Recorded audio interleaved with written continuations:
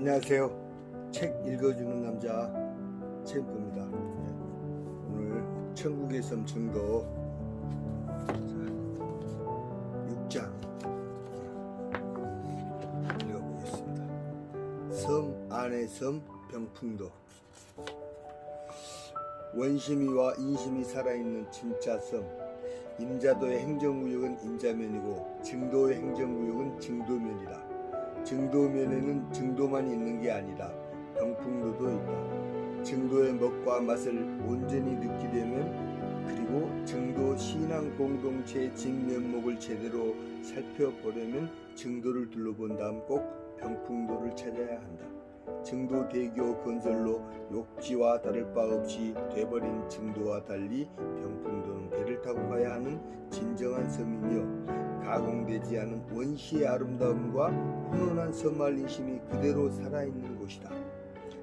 태평염전에서 만들어 놓은 솔트 레스토랑을 지나 바닷가 쪽으로 직진하면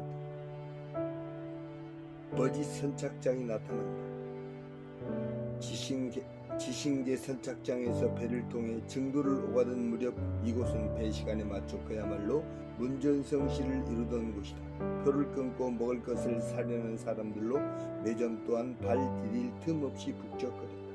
하지만 이제는 하루 4차례 병풍도를 왕복하는 페리호 한 대와 낚시꾼을 실은 배 몇 척만 한가로이 오갈 뿐이다. 배를 타고 15분 정도만 가면 병풍도 보기 선착장에 도착한다. 분위기부터가 증도와는 완전히 딴판이다. 잘 정돈된 태평염전과 달리 옹색해 보이기까지 하는 작은 염전들이 여기저기 널려있다. 자연스러운 염전의 모습을 관찰할 수 있는 곳이다.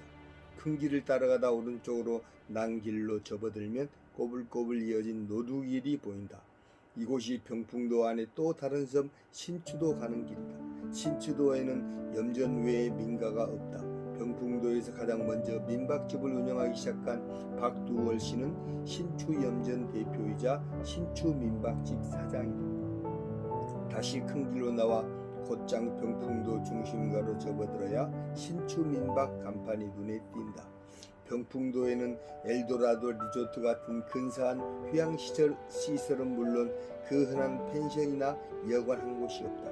아침에 왔다가 저녁 때 나가면 모르지만 하루라도 묵어가게 되면 여기서 자야 한다. 잠자리는 조금 불편해도 이 집 안주인의 음식 솜씨 하나만큼은 정말 기가 막히다. 섬 안에 식당이 따로 없으니 이 민박집이 숙소 겸 식당 역할을 하고 있다. 미리 알려준 식사 시간에 주인집 거실로 들어서면 근사한 식탁이 차려져 있다. 도시에서는 돈 주고도 사 먹을 수 없는 병풍도 무공의 식재료로 만든 진수 성찬이다.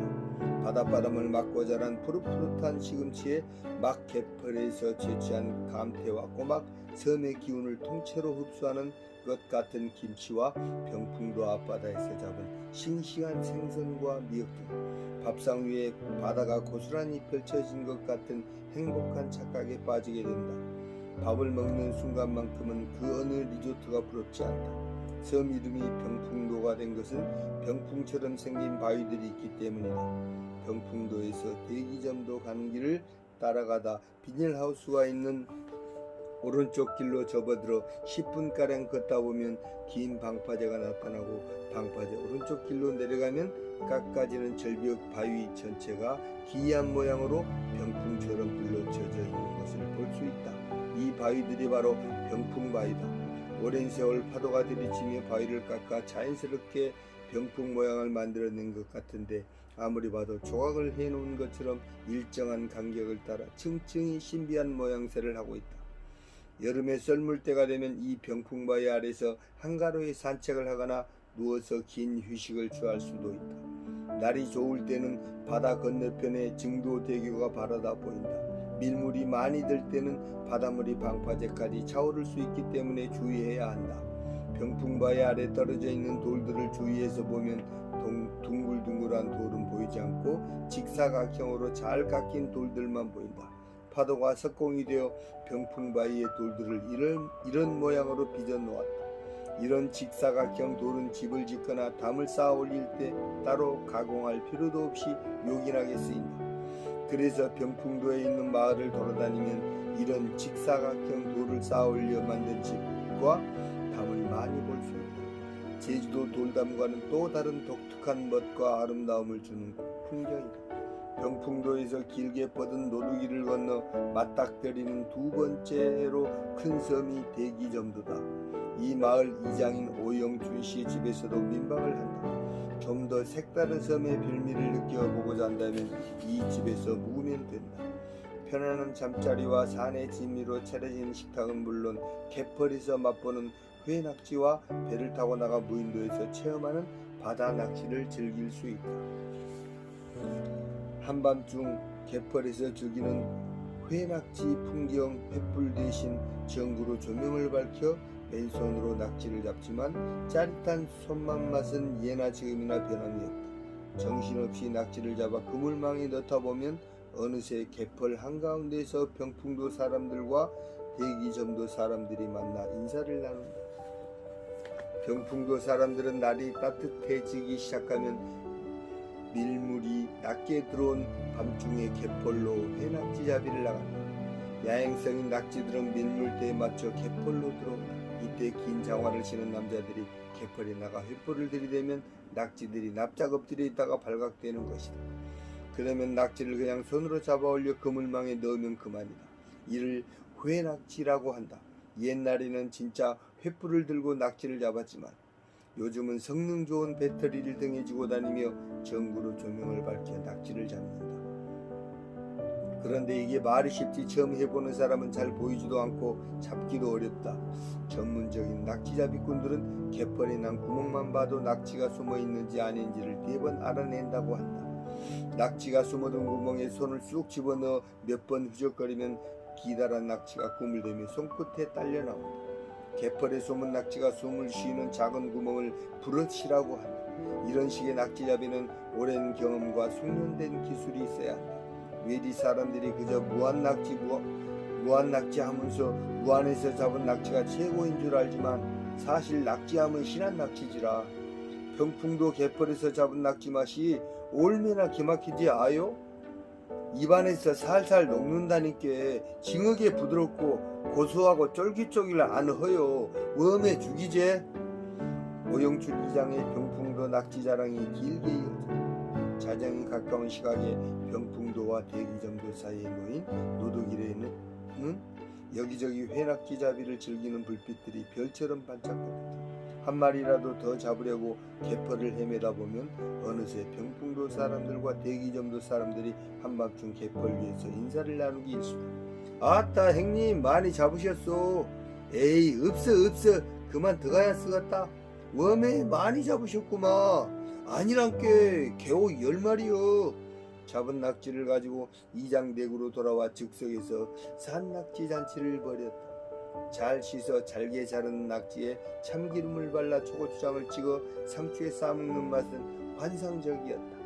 한밤중에 사발에 밥을 넣고 낙지 비빔밥을 만들어 먹었는데도 다음날 속이 전혀 부대끼지 않았다. 남자들이 낙지에 정신을 놓고 있을 즈음 안주인인 이진희 씨는 걷는 방에서 호주에 이민가 있는 아들 며느리 손주와 컴퓨터로 화상통화를 하고 있었다. 아야 퇴근했냐?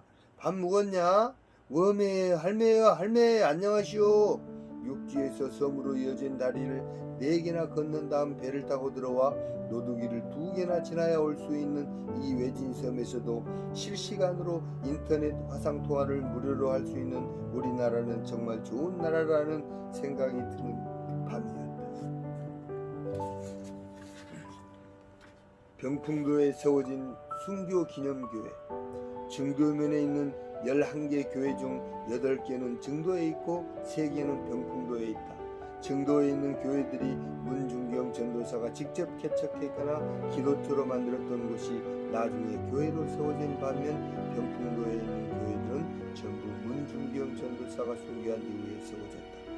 증동리 교회를 증도의 어머니 교회라고 한다면 병풍교회는 병풍도의 어머니 교회다. 병풍교회를 통해 기점교회와 소학교회가 개척되었기 때문이다. 문중경 전도사가 순교한 지 1년이 다 되어가던 1951년 8월 호남 지방의 교육자 수련회가 증동리 교회에서 개최되었다.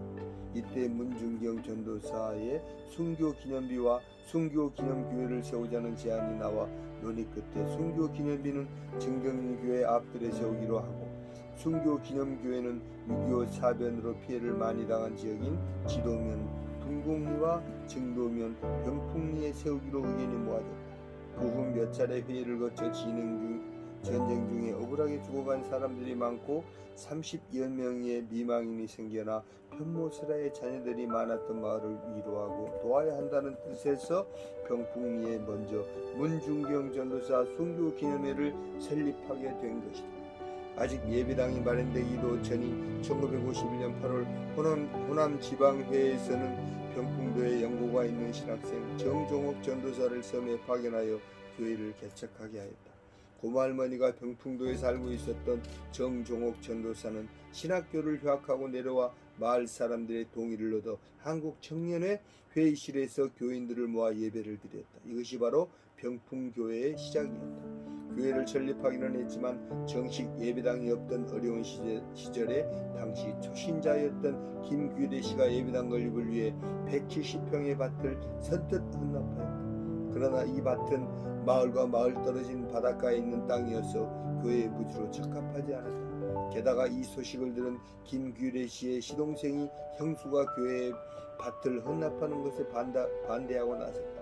그러자 김규래 씨는 시동생을 설득하기 위해 자신의 밭과 시동생의 밭 160평을 맞바꿔서 교회에 내놓았다. 하지만 교회 부지로 가장 적합한 곳은 병풍도 전체가 내려다 보이는 큰 마을 맨 위쪽에 있는 지금의 부지였다.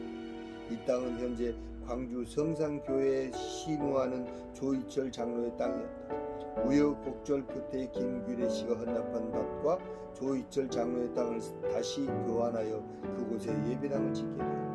호남 지방회가 주축이 되어 여러 지역 교회들의 모금을 한 결과 임자도에 있는 옛날 가옥을 매입하여 이를 철거한 다음 자재들을 배로 수송하여 병풍도로 옮겨왔다. 임자도에서 가져온 건축 자재들을 부둣가에 내려놓으면 교인들이 힘을 모아 교회 부지까지 실어 날랐다. 전쟁통에 장정들이 많이 희생되는 바람에 아이들과 여자들까지 나서서 모두 힘을 모아야 했다. 문중경 전도사가 순교한 이듬해 병풍도에 순교기념교회가 세워졌다. 아름다운 한옥이었던 첫 번째 예배당이 오래되자 그 자리에 돌로 지은 두 번째 예배당이 건립되었다. 지금은 어린이 예배처소와 식당으로 사용되고 있는 두 번째 예배당 모습이 참 독특하다. 중동리에서도 통나무를 실어왔다. 너 나 할 것 없이 한마음이 되어 흙을 퍼나르고 벽을 바르는 등 땀을 흘린 끝에 번듯한 한옥 예배당이 병풍도에 자리하게 되었다. 마을에서 가장 높은 곳에 세워진 아름다운 한옥 예배당과 높다란 종탑은 병풍도 신앙 공동체의 상징이 되었다. 창립 예배를 드린 지 1년여 뒤인 1952년의 일이다. 1951년 8월 병풍교회가 문중경 전도사 순교 기념회로 창립 예배를 드리고 이듬해 정식으로 예배당이 건축되기 이전에 이미 병풍도에는 여러 교인들이 신앙생활을 하고 있었다. 이들이 예수를 믿게 된 것 역시 문중경 전도사를 통해서였다. 문중경 전도사는 증도대교 아래에 있는 광암 나루터나 사옥도 나루터에서 돛담배를 타고 수시로 병풍도와 대기점도, 소기점도, 소학도를 오가며 마을 사람들에게 복음을 전했던 것이다. 병풍교회 박향수 장로는 이를 뒷받침하는 증언을 했다. 문 전도사님이 배를 타고 병풍도에 오셔서 전도를 하셨어라. 한 번은 우연히 배에서 문 전도사님을 만났는데 이러게 물으시더라고요. 나가 병풍도에 교회를 세울라 하는데 예배당이 세워지면 교회를 나올라느냐. 그래서 지가 그러지라 하고 대답을 해버렸지. 아마도 문 전도사님께서 병풍도에 예배당을 지을 계획을 갖고 계셨던 것 같단께요. 6.25 사변 당시 문중경 전도사가 순교하지 않았더라면 아마도 그녀는 병풍도의 계획대로 예배당을 짓고 교회를 개척했을 것이다. 그러나 그녀의 순교로 인해 병풍도의 교회를 세우는 일은 후손들의 몫으로 남겨졌고, 누구보다 그녀의 뜻을 잘 알고 있었던 후손들은 지체 없이 병풍도의 순교 기념 교회를 세우게 된 것이다. 병풍도의 신앙 공동체는 문중경 전도사로부터 직접 전도를 받아 예수를 믿게 되었다가 병풍교회가 세워지자 교회를 나오게 된 사람들과 이미 증도를 비롯한 타지에서 예수를 믿게 된 후 병풍도로 시집와서 신앙생활을 하다가 병풍교회가 설립되면서 교회에 출석하게 된 사람들로 구성되었다고 할 수 있다. 병풍교회 이밀의 권사는 당시를 이렇게 회상했다. 지는 대초리가 고향인데 22살 때 병풍도로 시집을 왔어라. 친정에 있을 적에 문 전도사님을 자주 배웠지. 물례하는 집에 가면 전도사님이 오셔서 실컷 노래를 부르다가 나중에 전도를 하시곤 했단께요. 아따, 찬송을 겁나게 잘 부르셨지. 증동리와 대초리 교인들이 합심해서 들로 나들이도 갔어라.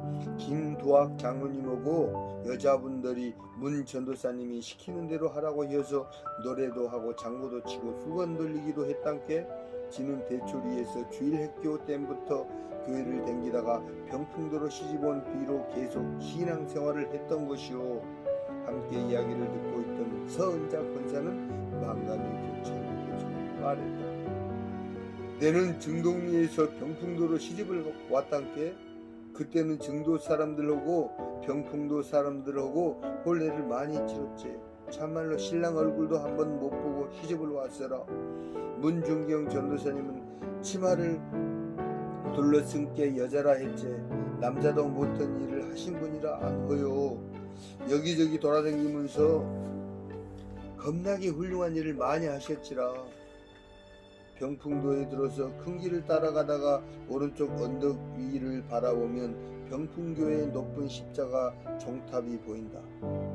워낙 좋은 자리에 우뚝 선 예배당이라 두리번거리거나 묻지 않아도 누구나 쉽게 찾을 수 있다. 현재 예배당은 1997년에 세 번째로 세워진 예배당이다. 나가 12살 때 친정아버지가 돌아가셨는데 문 전도사님이 안쓰러워서 그랬는가 우리 집을 자주 들여다보셨단께. 전쟁통에 인공들이 와서 징역에 협박을 하고 난리였지. 나가 21살 때 문 전도사님이 돌아가셨다는 소리를 듣고 무서워서 밖에 나가지를 못해 버렸구만이. 시집온 뒤로 남편 몰래 병풍교회를 댕겼어라. 병풍도에 들어서 큰 길을 따라가다가 병풍리 오른쪽 언덕 위를 바라보면 높은 십자가 종탑이 보인다. 워낙 좋은 자리에 우뚝 선 예배당이라 두리번거리거나 묻지 않아도 누구나 쉽게 찾을 수 있다. 이 교회가 바로 병풍교회다. 병풍도는 주민 공동체가 바로 신앙 공동체다. 아직 예수를 믿지 않는 집이 있기는 하지만 마을의 모든 일은 교회를 중심으로 이루어진다.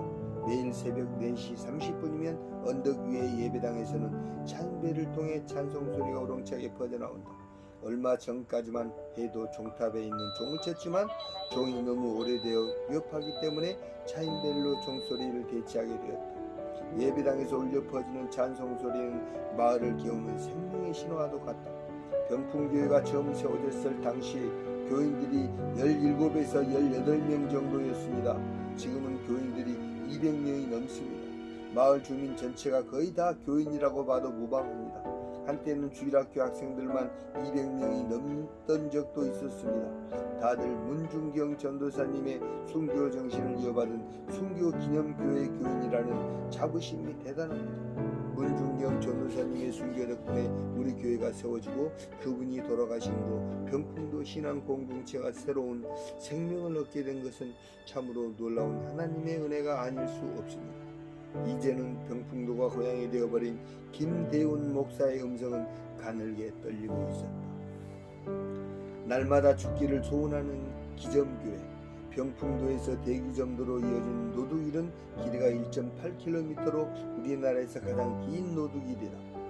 안개가 짙게 낀 날은 노두길 이쪽 끝에서 저쪽 끝이 잘 보이지 않을 정도다. 노드길을 차를 타고 건널 때는 밀물 시간과 썰물 시간을 잘 유념한 뒤 맞은편에 차가 오는지 안 오는지 확인한 다음 천천히 건너야 한다. 바닷물이 자주 드나들다 보니 중간에 움푹 파인 곳이 많고 턱도 있기 때문이다.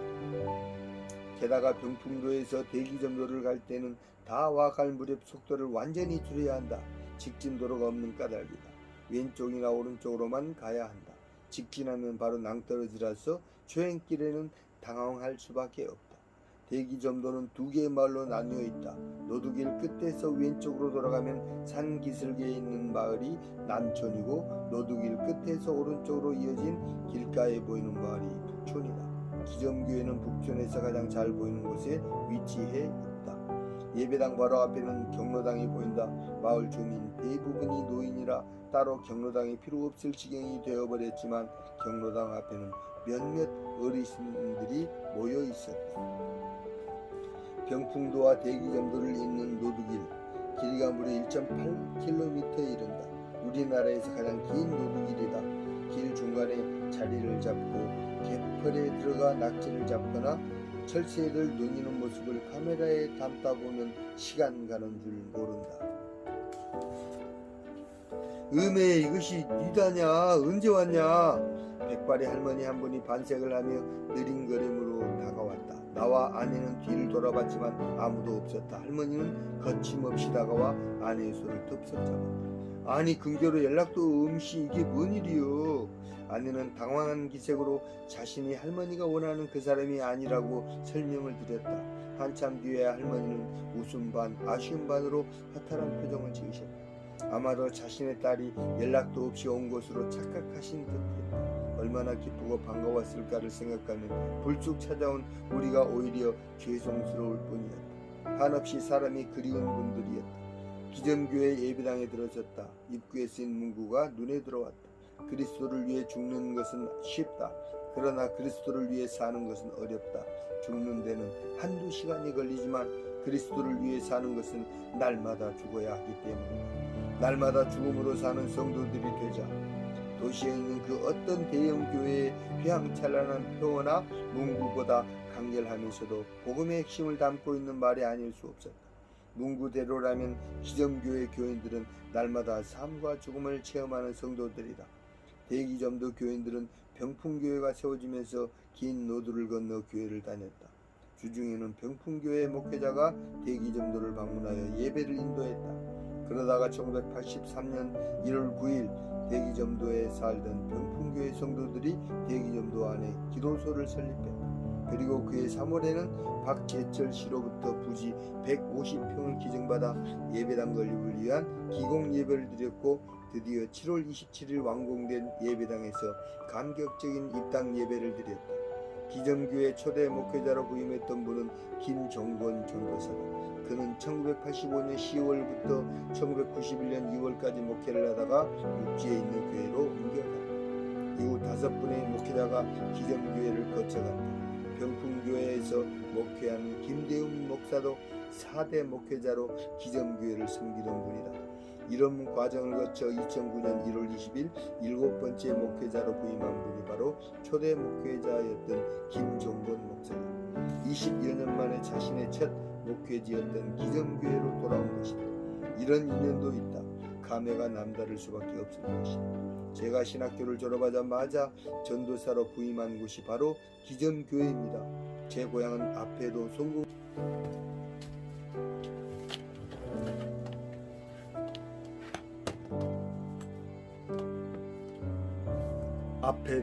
송공리예요. 신학교를 졸업할 무렵 동기 전도사님과 병풍리가 고향이었던 박문석 목사님의 소개로 오게 되었지요. 한창 젊을 때였으니까 정말 열정적으로 목회를 했습니다. 그러다 5년 후에 다른 지방으로 옮겨갔다가 이번에 다시 온 것이죠. 제가 처음 목회할 때 계시던 교인들이 몇몇 어르신들 빼고는 그대로 다 계십니다. 다들 잘 왔다고 반겨주니까 정말 고향에 온 것 같습니다. 지금 기점교회는 마을 주민들 가운데 한 가족 빼고 다 믿는 가정들입니다. 전체 주민이 42명인데 39명이 기점교회 교인들이에요. 제게 딸 둘이 있어요. 큰 딸은 아직 미혼이고 작은 딸은 결혼해서 다들 광주에 살고 있으니 여긴 저와 아내 둘뿐이죠. 이곳이 마지막 목회지라 생각하고 남은 생은 여기서 살 생각입니다. 김종근 목사는 섬에서 태어나 섬에서 목회를 할 수 있도록 사명을 주고 이끌어 주신 주님께 감사하다며 환하게 웃었다. 맨 처음 지어진 예배당은 너무 낡아 교육관 겸 식당으로 사용하고 있었고 그 옆에 새 예배당이 지어져 있었다. 새 예배당은 병풍교회 김대웅 목사가 기정교회를 목회하던 1999년에 지은 것이다. 예배당 앞에는 잔디가 깔려있는 작은 정원이 있다. 동백꽃과 목련이 피는 아름다운 정원이다. 꽃이 만개했을 때는 예배 후에 교인들이 이 정원에 모여 오순도순 차를 마신다. 도시교회 어디에 이렇게 멋진 노천 카페가 있을 것인가. 아직 남아있는 병풍교회 두 번째 예배당과 기정교회 첫 번째 예배당은 겉모습이 참 독특하다. 정면 위쪽이 세 개의 기둥처럼 뾰족하게 솟아올라 마치 뇌산자 모양을 하고 있기 때문이다. 알고 보니 이것은 성부, 성자, 성령 삼위일체를 상징하기도 하고 예수님께서 십자가에 달리실 때 양옆에 있었던 강도의 십자가를 포함해서 골고다 언덕 위에 십자가 세 개를 상징하기도 한다고 한다. 설명을 듣고 보니 예배당이 더 거룩해 보였다. 도시에서의 목회와 섬 지역에서의 목회는 뭐가 다른가요? 도시교회의 목회는 철저한 준비와 계획에 의해 움직여집니다. 그런데 섬지역 목회는 준비나 계획이 중요한 게 아니라 주민들과 같이 사는 게 중요합니다. 도시교회 목회자는 목회와 사생활이 구분되어 있지만 섬지역의 목회자는 목회와 사생활의 구분이 없습니다. 모든 게 다 열려있고 개방되어 있어요. 목회자 가정의 일거수일투족이 교인들에게 고스란히 공개됩니다. 그러니까 자기 관리를 철저하게 해야 돼요. 생활 속에서 삶으로 목회하는 곳이 바로 섬지역입니다. 게다가 교인들이 연세가 많은 분들이라 굉장히 단순하십니다. 삐치면 바로 그날 손을 잡아주고 안아주고 해서 풀어야 합니다. 어린아이 같은 분들이죠. 이런 지역 특성과 교인들의 특성을 잘 알아야 섬지역 목회를 할 수 있습니다. 이분들과 함께 살면서 예수 믿는 게 너무 즐겁고 행복합니다. 차와 떡에 과일까지 실컷 얻어먹고 일어나 사택을 나오자 아내 손을 잡았던 할머니가 여전히 경로당 앞에 서 계셨다. 이제 가야 하는데 어떻게 해야 하나 걱정이 앞섰다. 할머니, 따님이 저를 많이 닮았나요? 사진 한 장 찍어드릴까요? 아내의 말에 할머니는 밥을 먹고 가라며 다시 아내 손을 붙잡았다. 사진에는 관심이 없고 딸을 닮은 젊은 여자를 조금이라도 더 보고 싶어하는 눈치였다. 죄송해요 할머니, 우리 들어오기 전에 저희가 다른 데도 가봐야 해서요. 다음에 또 올게요. 건강하세요. 인사를 하고 돌아서려는데 박명숙 사모께서 다가와 손에 뭔가를 쥐어주었다. 몸에 좋은 건강 드링크제 2병이었다. 우리는 손을 흔들며 차를 몰아 산 너머에 있는 소기점도로 향했다. 차가 언덕 위를 돌아 시야에서 완전히 사라질 때까지 할머니는 경로당 앞에 서서 손을 흔들고 계셨다. 그때서야 우리는 드링크제 뚜껑을 땄다. 지금까지 마셔본 드링크제 중에 가장 달콤한 드링크제였다. 노두기를 3개나 건너야 갈 수 있는 소학교회. 대기점도에서 야트막한 산을 넘어 노두기를 지나면 소기점도에 이른다. 좁다란 시멘트 포장도로를 따라 굽이굽이 돌아가면 또 하나의 노두길이 등장한다. 이 길을 지나야 소학도다. 소기점도 주민들은 노두길을 건너 소학교회를 다닌다. 소학도로 접어들어 갈대숲과 학교를 지나면 자그마한 건물에 십자가가 눈에 띈다. 이곳이 정도 신앙 공동체에서 제일 외진 곳에 있고 가장 작은 소학교회다. 예배당 앞에는 아기자기한 텃밭이 잘 가꿔져 있었다. 빨간 지붕의 예배당 문을 조심스레 열고 들어갔다. 분초마다 예수님 생각, 마음마다 예수님 중심, 말마다 예수님 자랑, 일마다 예수님 감사, 걸음마다 예수님 동행, 시작도 끝도 예수님 통치. 외떨어진 병풍도에서도 노두기를 3개나 건너야 올 수 있는 멀고 먼 길 끝에 위치한 소학교회 예배당 벽에 붙어있는 글귀를 접한 순간 이들이 가진 신앙의 뜨거움과 순수성은 이곳이 결코 작은 교회가 아님을 실감나게 해주었다. 대기점도에서 산을 하나 넘고 노두기를 건너면 소기점도에 닿는다. 소기점도를 가로질러 방죽을 지나면 또 하나의 노두길이 보인다. 그 너머에 소학도가 있고 빨간 지붕의 소학교회가 보인다. 증도 신앙 공동체에서 가장 먼 11번째 교회다. 소학도에 살던 교인들은 돛담배를 타고 바다를 지나 병풍교회를 다니며 신앙생활을 했다. 노두를 건너고 산과 언덕을 넘어 교회에 출석하기도 했다.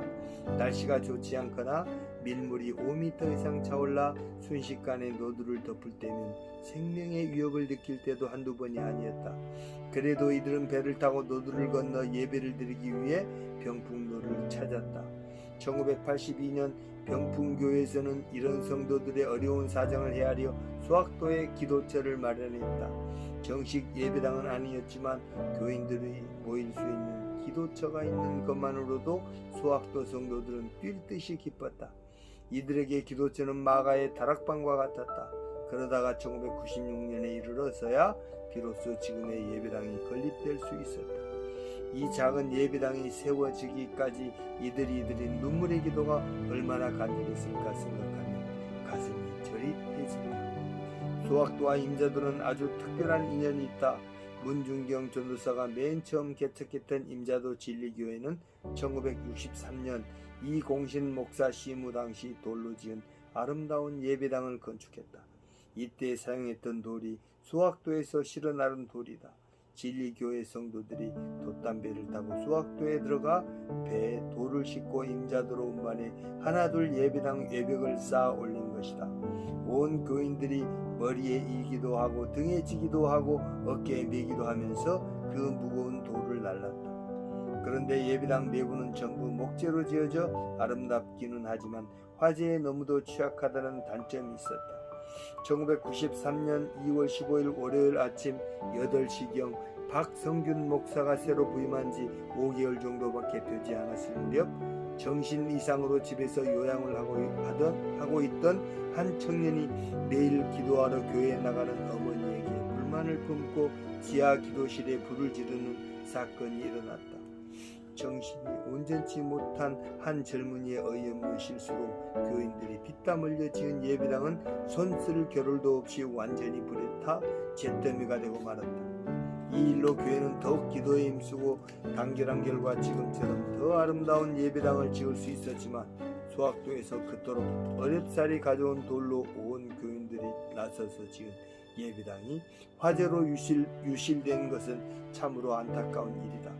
진리교회는 문중경 전도사가 신안 일대 섬 가운데 제일 먼저 개척한 장자교회다. 그리고 소학교회는 증도 신앙 공동체에서 가장 멀리 떨어져 있는 막내 교회라고 할 수 있다.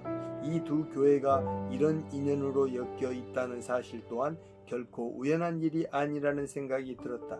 주일 예배를 드리기 위해 소학교회를 다시 찾았다. 예배 시간 30분 전에 정확하게 교회 종소리가 울려 퍼졌다. 이어서 작은 예배당이 떠나갈 듯 우렁찬 찬송 소리가 멀리까지 들려왔다. 조용히 들어가 뒷자리에 앉았다. 두 줄로 놓인 긴 의자의 왼쪽에는 남자 2명, 여자 2명, 오른쪽에는 여자 7명에서 모두 11명이 앉아 박수를 치며 찬송을 부르고 있었다. 피아노는 있었지만 반주자가 없어 컴퓨터를 통해 스피커로 흘러나오는 반주에 맞춰 찬송을 불러야 했다. 머리가 하얀 남자 성도 한 분이 앞에서 찬양을 인도했다.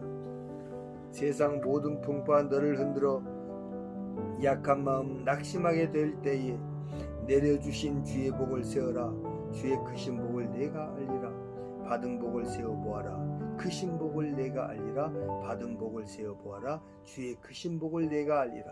찬송가 429장을 어찌나 힘차게 잘 부르는지 감탄이 절로 나왔다. 찬양을 인도하는 백발의 성도는 도시교회의 테너 솔리스트를 해도 무방할 정도로 실력이 대단했다. 흰 블라우스에 검은 정장을 입고 가운을 걸친 김은미 목사의 인도로 예배가 시작되었다. 예배는 목회자 인도로만 진행되는 도시교회의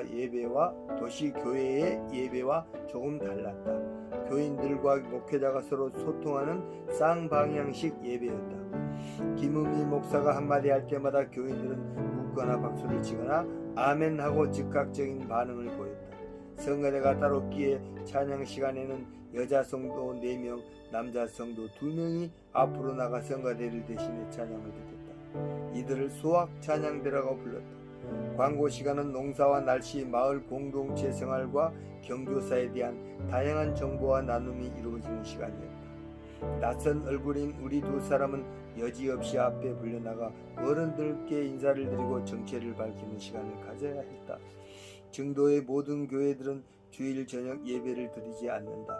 오전 예배 후 식사를 한 뒤 바로 오후 예배를 드리거나 오전 예배 후 바로 오후 예배를 드리고 나서 식사를 하고 헤어진다. 섬마을 특성상 농사를 짓거나 어장을 돌보는 등 할 일이 많기 때문에 예배를 몰아서 드리는 것이다.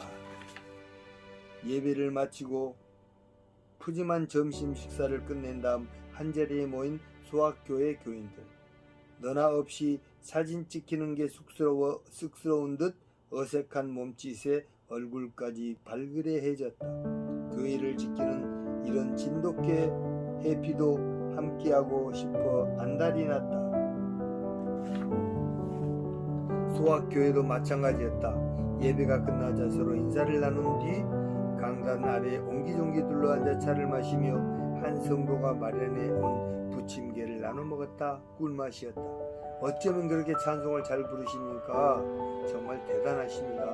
백발의 성도에게 다가가 물었다. 에이, 무엇이 잘한다요. 별거 아니란께요. 알고 보니 그분은 김양훈 장로였다. 오늘 목사님 겁나게 예뻐 부르는요. 오늘만 예쁘다냐? 늘 예쁘단께. 한바탕 웃고 떠들며 간식 시간을 가진 후 곧바로 오후 예배가 시작되었다. 오후 예배 시간에는 좀 더 자유로운 분위기 속에서 순서에 맞춰 성경 공부를 했다. 오전 예배나 오후 예배나 참석 인원이 똑같았다. 오후 예배까지 끝나면 모두 김은미 목사 사택에 모여 점심 식사를 했다. 갯벌에서 어제 저녁 때 잡아온 낙지로 끓인 탕과 갖은 나물에 잡곡밥이 한 상 가득 푸짐했다. 식사 중에 제일 연장자인 이명신 권사가 옛날 수학도 이야기를 들려주었다. 지는 16살 때 중동리에서 수학도로 시집을 왔는데 친정 살 때 문 전도사님을 많이 만났지라. 뻘에 빠져가면서 나룻배를 타고 전도하러 댕기셨제. 병풍도에도 오셨다가 임자도로 가시곤 했던께. 여기서 병풍도까지 나룻배를 타고 댕기면서 예배를 드렸어.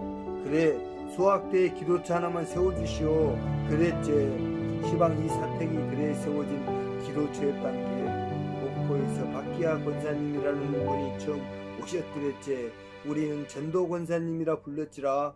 안에서는 수저 부딪히는 소리와 웃음소리가 끊이지 않았고 밖에서는 겨울잠에서 막 깨어난 개구리 울음소리가 그치질 않았다. 남편의 뒤를 이어 소학도를 지키는 김은미 목사.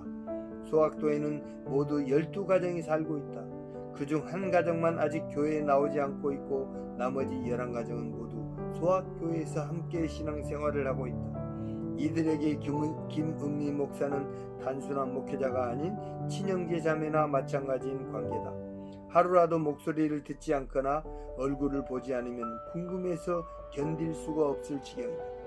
문중경 전도사와 같이 암태도가 고향인 김은미 목사는 신안군 섬마을에서 유일한 여성 목회자다. 문중경 전도사가 목사 안수를 받지 못했으니 여성 목사로서는 최초로 신안지역 목회 현장을 지키고 있는 셈이다. 얼마 전까지만 해도 그녀는 자신이 목사가 되어 목회를 하게 될 줄은 꿈에도 생각지 못했었다. 목회자인 남편이 있었기 때문이다.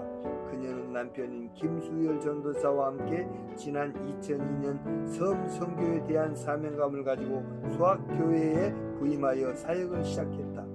두 사람은 수학도 복음화를 위해 끊임없이 기도하며 주민들을 찾아가 복음을 전했다.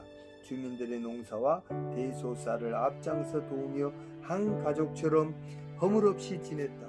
거친 길과 험한 노두를 건너 같이 신방을 다녔다. 돌아보면 가장 행복했던 시절이었고 누구보다 열정적으로 땀 흘려 사역하던 때였다. 그렇게 1년 정도 시간이 지났을 무렵 갑자기 남편 몸에 이상이 생겼다. 육지에 있는 큰 병원을 찾아 진찰한 결과 급성 림프 백혈병이라는 판정이 나왔다. 생전 들어보지도 못한 병명이었다. 증세가 위중해 살 날이 얼마 남지 않았다는 의사의 말을 믿을 수가 없었다. 젊은 나이에 편하고 안락한 길을 놔두고 외진섬에 들어와 그토록 헌신적으로 목회에 몰두하던 남편에게 왜 이런 고난이 주어지는 건지 이해하기 어려웠고 받아들이기도 힘들었다. 하지만 김수열 전도사는 이 또한 주님의 뜻이라면 순종해야 한다면서 담담하게 받아들였다. 그녀의 남편은 병원에 입원해 치료를 받다가도 몸 상태가 조금만 좋아지면 다시 먼 길을 거쳐 교회로 돌아와 예배를 인도할 정도로 신실한 목회자였다. 그 뒤 1년여에 걸친 고되고 힘겨운 투병 끝에 그는 2004년 3월 3일 하나님의 부르심을 받았다. 남편이 하늘나라로 떠나버린 소학도에 홀로 남은 김은미 목사는 앞으로 자녀를 데리고 살아갈 날들을 생각하니 막막할 수밖에 없었다. 자신은 목회자의 부인이지 목회자가 아니니 남편을 대신해 소학교의 목회를 이어갈 수도 없었고, 그렇다고 성교에 대한 열정과 사명을 포기하고 훌쩍 육지로 떠나버릴 수도 없었다. 남편과 자신의 가정을 위해 위로와 격려를 아끼지 않으며 밤낮으로 기도해 주던 교인들의 사랑을 예면할 수가 없었다. 이때 소학교의 성도들이 먼저 김은미 목사를 붙잡았다. 사모님, 뭐라 말할 수 없을 맹기로 힘드신 거 지들이 잘 알지라. 그란디 어쩔 것이오. 지난 일은 싹이 잊어불고 새로 시작해야 안 허요. 사모님이 신학을 혀갖고 지들을 이끌어 주시오. 김수열 전도사님 뜻을 받들어 그분 못하신 목가정 해주시란 말이요. 그것이 주님께서 전도사님을 불러 가신 뜻이고 남은 우리가 해야 할 일이 아니겠소. 안 그라요 사모님. 교인들의 간청에 김우민 목사는 소학도에 남기로 했다. 어린 두 자녀를 생각하면 육지로 나가는 편이 나았지만 죽기까지 충성을 다한 남편의 비전을 버릴 수 없었던 것이다. 그녀는 남편 대신 소학교회를 지키면서 육지로 통학하며 신학을 공부하기에 이른다. 육지에 살면서 공부만 해도 힘든 판에 섬에서 육지로 그 먼 길을 오가며 공부하랴, 두 아이의 엄마 노릇하랴, 소학교회 성도들 섬기랴, 정말 몸이 10개라도 모자랄 지경이었다. 그렇지만 자신을 믿고 따르는 교인들을 생각하면 아빠 누울 시간조차 없었다. 그녀가 신학 공부를 마칠 때까지 소학교회 성도들은 묵묵히 그녀를 후원하며 기다려주었고, 교단에서도 소학교회의 새로운 목회자를 파송하지 않고 그녀의 지나온 사역을 모두 인정하며 전도인으로서 소학교회 목회를 하면서 학업을 마칠 수 있도록 배려해 주었다. 4년 동안 전남신학원에서 공부한 뒤 2년에 걸쳐 서울신학대 목회 신학연구원 과정을 마친 그녀는 2010년 4월 29일 문중경 전도사가 목회하던 정동리 교회에서 전남동 지방회 주관으로 목사 안수를 받았다. 남편의 뒤를 이어 소학교회를 목회자로 섬기고 있는 김은미 목사. 문중경 전도사의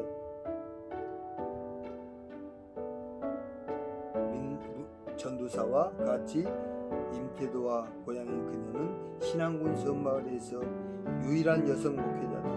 문중경 전도사가 목사 안수를 받지 못했으니 여성 목사로서는 최초로 신안지역 목회 현장을 지키고 있는 셈이다. 참으로 감격적인 순간이 아닐 수 없었다. 소학교의 모든 성도들도 정동리 교회로 달려가 제1처럼 기뻐하며 열렬히 축하해 주었다. 그녀 역시 남편인 김수열 전도사를 생각하며 마음껏 기쁨의 눈물을 흘린 날이었다. 2011년 5월에는 소학교회가 생긴 일에 가장 경사스러운 날을 맞았다. 처음으로 장로 1명, 명예권사 2명, 권사 3명을 세우는 임직식이 열렸기 때문이다. 목사 안수를 받고 정식으로 소학교회 담임 목회를 시작한 지 1년여 만에 이런 기쁨을 누릴 수 있게 된 것이다. 이날 외지에서 200여 명의 손님들이 소학교회를 방문해 축하해 주었다. 이 마을이 생긴 이래 가장 많은 인파가 모인 날이었을 것이다. 수학도에서는 낯선 사람이나 차 한 대만 눈에 띄어도 마을 주민들이 다 나와서 쳐다본다. 이 낯선 곳에 누가 왔을까 궁금해서다. 시선이 부담스러우면 차에서 내려 인사를 하면 된다. 그러면 10중 8구 누군가 차나 한잔 하라거나 식사 안 했으면 밥이나 먹고 가라고 붙잡을 것이다. 이게 바로 수학도 인심이고 수학도 사람들이 살아가는 방식이다. 수학도에서 사는 게 얼마나 즐거운지 모르제라. 겁나게 좋다니까요. 시방은 병풍도에서 상수도를 연결해 식수도 잘 나오고 인터넷도 잘 되고 핸드폰도 빵빵 잘 터지지라. 사는데 전혀 암시랑도 안 온단께요. 김은미 목사의 수학도 사랑은 남다르다. 새벽부터 밤중까지 기도와 예배와 신방과 농사로 눈꽃 뜰 새 없이 바쁘지만 남편의 사명과 못다 이룬 꿈을 이루어간다는 데 대한 기쁨이 넘치기 때문이다. 장성에서 엄마 품을 떠난 아들 태안이와 에덴이는 무태에 나가 살고 있다. 남편도 주님이 책임지셨듯이 자녀들의 앞길도 주님이 책임져 주시리라 믿기에 자신은 주님께서 맡기신 일을 감당하는 데만 최선을 다할 뿐이다. 전도사님, 살아계실 적에 예배드리고 돌아가던 소기점도 교인 4명이 노두기를 건너다 갑자기 불어난 물땜시로 중간에서 큰 위험을 당한 일이 있었지라. 웜에 그때 얼마나 놀랐는지 모른단께요. 지는 건너편에서 발만 동동 구르는 뒤 전도사님이 들어가 장대를 건네 겨우 건너갈 수 있었으라. 그런 뒤도 교인들은 새벽 기도회에 빠지지 않고 나와 기도를 드린단께요. 참말로 대단한지라. 육지에 나가 있을 적에도 주일이 되면 꼭 배 타고 들어와 수학교에서 예배를 드릴 정도라니까요. 그랑께 지도 하나님과 성도들 앞에서 부끄럽지 않은 종이 되기 위해 힘쓰려고 합니다. 1년에 9켤레나 되는 고무신을 받고 신을 맨키로 부지런하게 섬을 돌아다니면서 복음을 전하신 문 전도사님처럼 헌신하며 살라고 해요. 신학교를 졸업하고도 아무도 목회하러 가지 않으려는 이 외떨어진 섬 마을에서 12가정 전체 복음화와 성도들의 신앙 성장을 위해 먼저 간 남편의 뒤를 이어 묵묵히 전도자의 길을 걷고 있는 김은미 목사를 보며 목회와 신앙에 대해 다시 한번 근본적인 질문을 던지지 않을 수 없었다. 겉모습만 보면 수학교회는 초라하기 짝이 없는 교회다.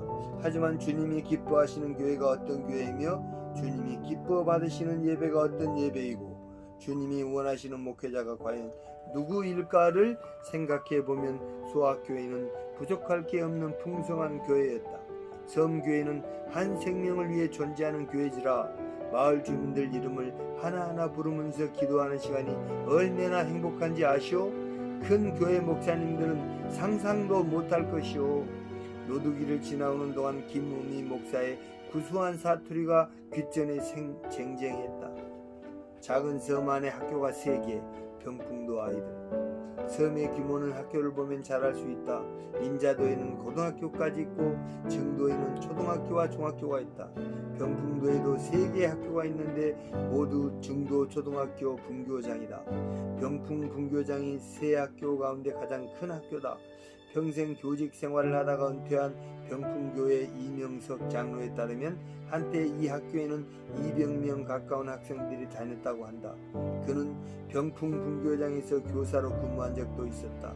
1980년대 초까지만 해도 학생들이 185명에 달했습니다. 그 아이들이 모두 병풍교회에 다니는 아이들이었어요. 전교생이 한 교회에 출석한 셈이죠. 학교에 다니지 않던 아이들까지 교회에 나오니까 병풍 분교장 학생 수보다 병풍교회 주일학교 학생 수가 더 많았어요. 아무래도 외중고시다 보니 선생님들이 오셔도 도서 벽지에서 근무한 평점만 따가지고 훌쩍 떠나는 경우가 많았는데 증복리 교회에 다니던 정기용 장로님이 교장 선생님으로 오신 뒤부터 학교 분위기가 확 바뀌었습니다. 이분이 기초학력 조사를 해보고 나서 깜짝 놀라더니 아이들 공부를 엄격하게 시키기 시작했어요. 아침에 마을 공지사항을 알리는 스피커를 통해 아이들을 깨우고 학습사항을 전달했죠. 선생님들이 집집마다 다니면서 아침 공부를 하는지 안 하는지를 검사했어요. 퇴근 후에도 학교에 공부방을 운영해서 아이들을 지도했고요. 자신의 방공비를 다 털어서 선생님들을 위해 쓰셨습니다. 교육관이 투철하고 헌신적인 대단한 분이셨죠. 워낙 솔선수범하시니까 교사들도 불평이 없었어요. 부임하신 지 3년 만에 일제평가를 치렀는데 신앙군 전체에서 1등을 했어요. 학교가 생긴 일이 최대의 경사였죠. 학부모들이 좋아서 난리가 났었습니다. 섬마을 아이들에게 꿈을 심어주고 키워준 분입니다. 주민들이 세웠다는 학교 앞에 있는 교장 정기용 공적비가 이명석 장로의 회고를 더욱 분명하게 증명해주고 있었다. 아침 8시가 지나자 아이들이 하나둘 등교를 시작했다. 아이들은 교실로 들어가기 전에 운동장에 모여 공부터 찼다. 전교생을 다 모아도 축구를 할 수 있는 인원이 안 되기 때문에 그저 공을 몰고 열심히 달리는 게 전부였다. 운동장에는 잔디가 깔려있고 미끄럼틀, 철봉, 농구대와 각종 놀이시설이 갖춰져 있었다. 병풍 분교장에는 2학년 2명, 3학년 1명, 6학년 2명에서 모두 5명이 공부하고 있다. 여학생은 1명도 없고 모두 남학생이다. 남학생 2명, 여학생 1명이 부설 유치원에 다니고 있다. 작년만 해도 아이들이 꽤 됐는데 6학년이 졸업하고 몇몇 아이들이 전학을 가면서 학생 수가 급격히 줄어들었다. 남자 선생님 1명, 여자 선생님 1명에 유치원 전담 여자 선생님 1명이 열심히 아이들을 지도하며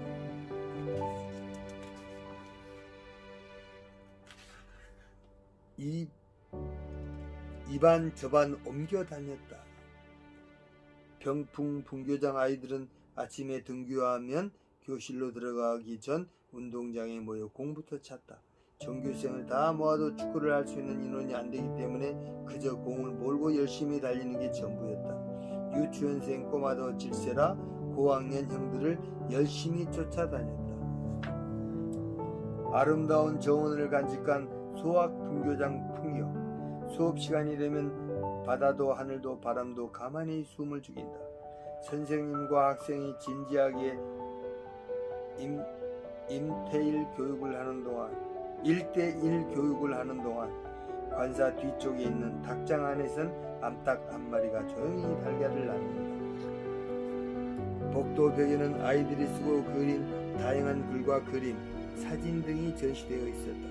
우리는 배를 타고 가서 차로 자연사 박물관에 갔다. 가는 중 목포에서 차를 타고 가면서 벚꽃이 활짝 피어있는 모습을 봤다.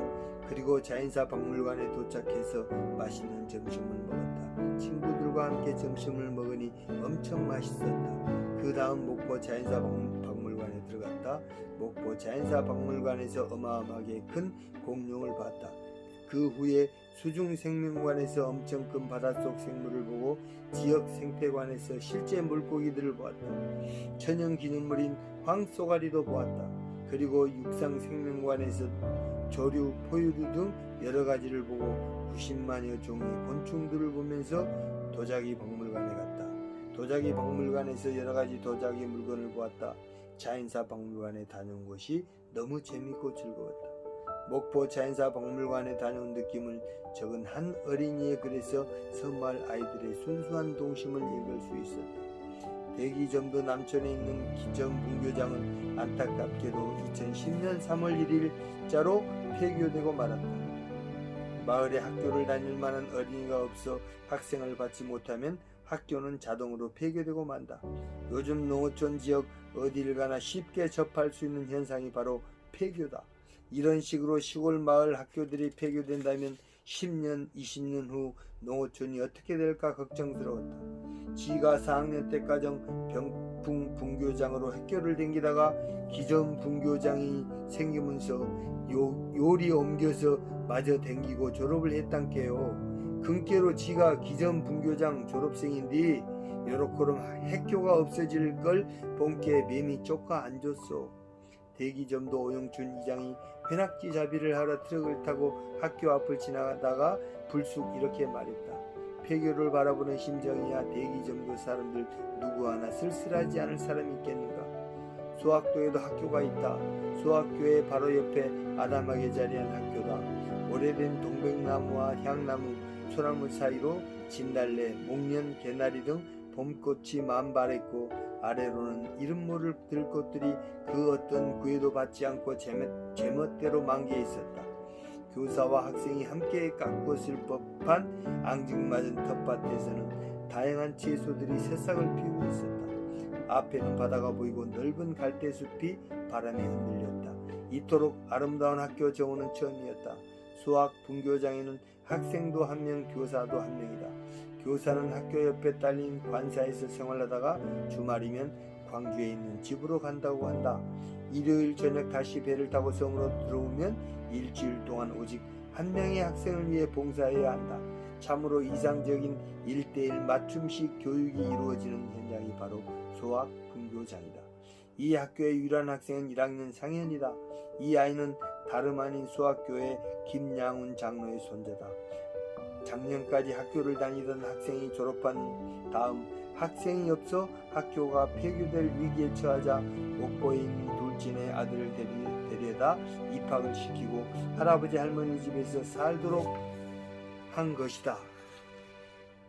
수학 분교장의 유일한 학생인 상현이가 공부하는 모습, 학교의 모든 시설과 교육 자료들은 오직 상현이만을 위한 것이다. 이제 1학년이니 앞으로 6년 동안 상현이 때문에 수학교 사람들은 폐교 걱정 없이 지낼 수 있게 되었다. 상현이 역시 주말이면 배를 타고 엄마 아빠한테 갔다 오가 일요일 저녁 다시 할아버지 할머니 집으로 돌아온다. 상현이 학교 다니는 동안은 일단 폐교 걱정을 덜었지라 시방 1학년이께 6학년 될 때까지는 괜찮지만 그 다음이 걱정이란께요. 마을에 아그들이 없어서. 김양훈 장로는 벌써부터 6년 뒤가 걱정이라며 고개를 저었다.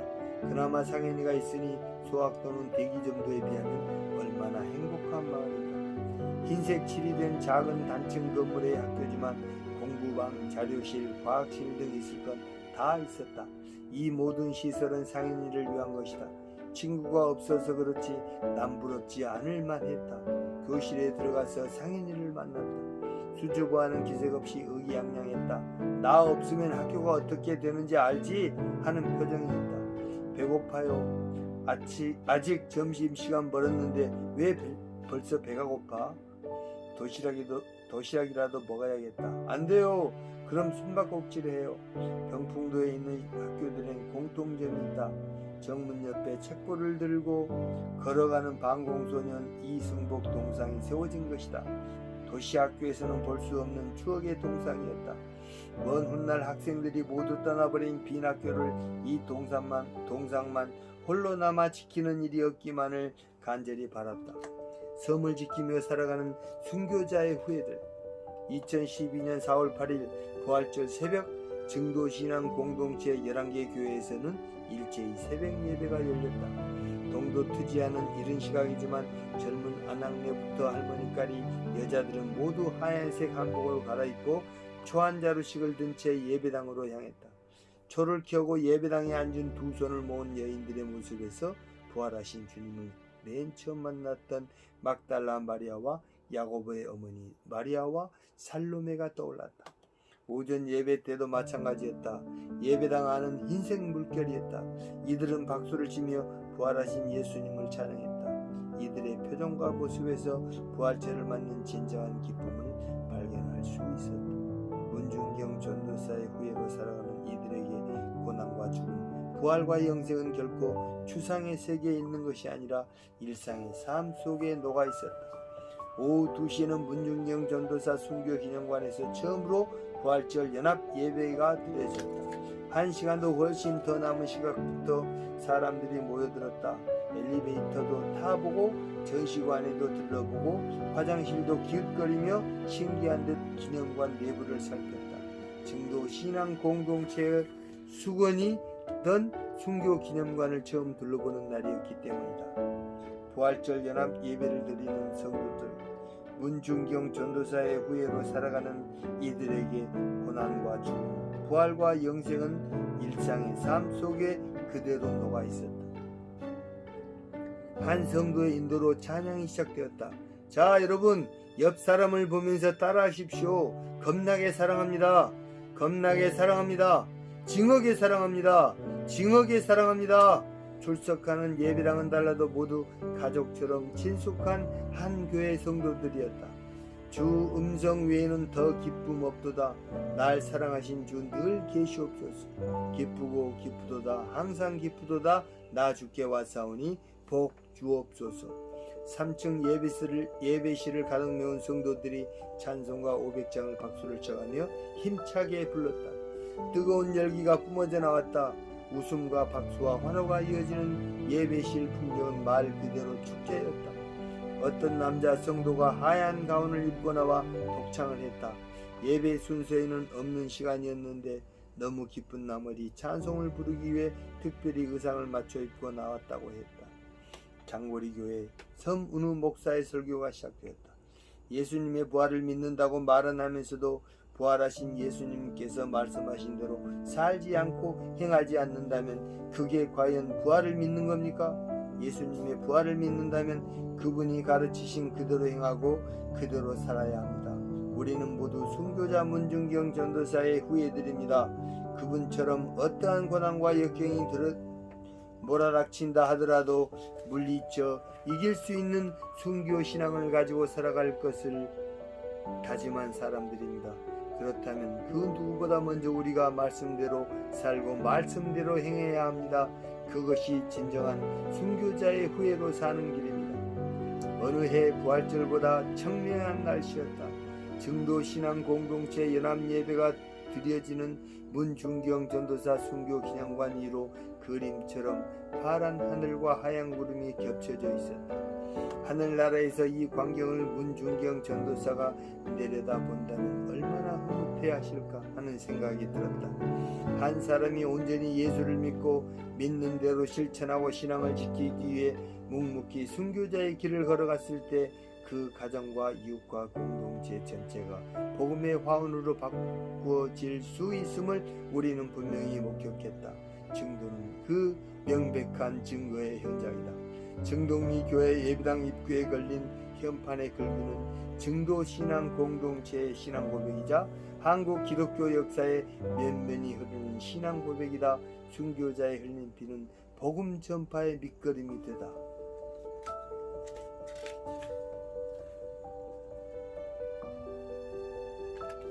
문중경 전도사 전도 여행 경로.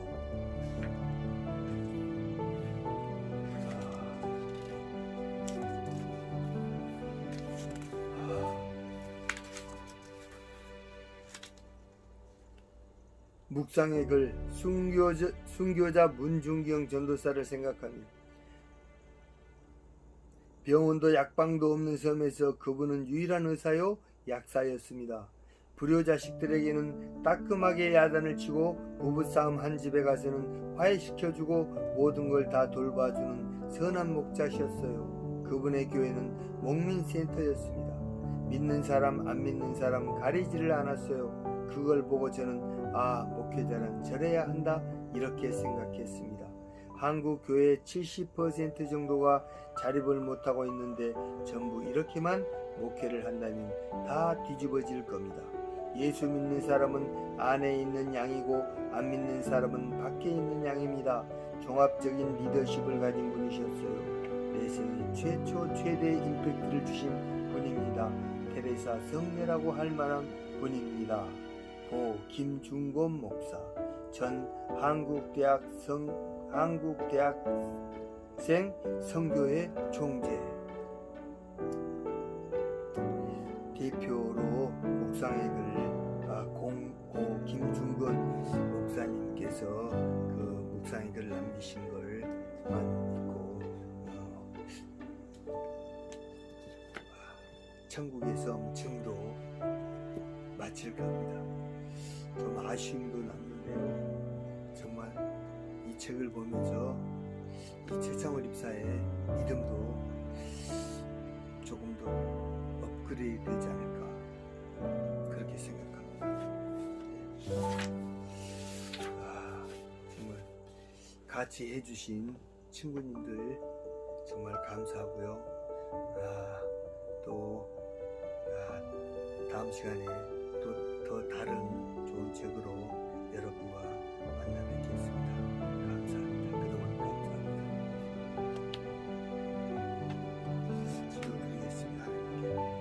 감사합니다. 주님께서 이렇게 마지막까지 또 이렇게 천국의 섬 정도편을 잘 마지막까지 마치게 해주신 하나님 아버지께 감사드립니다. 하나님 아버지시여, 진정 우리 문중경 전도사의 그 정말 하나님께 순종하는 그 마음, 정말 인간들을 자기 자신의 몸보다 더 중하게 여기신 우리 문중경 전도사, 자신은 없고 모든 것을 다 이웃과 함께한 우리 문중경 전도사를 정말 사랑합니다. 하나님 아버지시여, 최창월 입사도 문중경 전도사를 닮아가는 삶을 살아갈 수 있도록 주께서 인도하여 주시옵소서, 같이 하여 주시옵소서. 교회에서 아무리 잘해도 하나님 아버지시여 밖에서 잘하지 못하면 그 얼마나 하나님께서 화내십니까?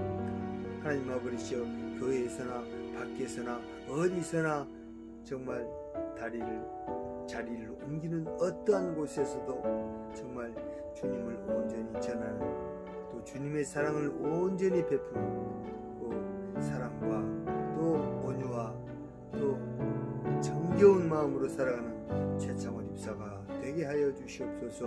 영광 되시고 은혜가 되시는 예수님의 이름으로 기도드립니다. 아멘.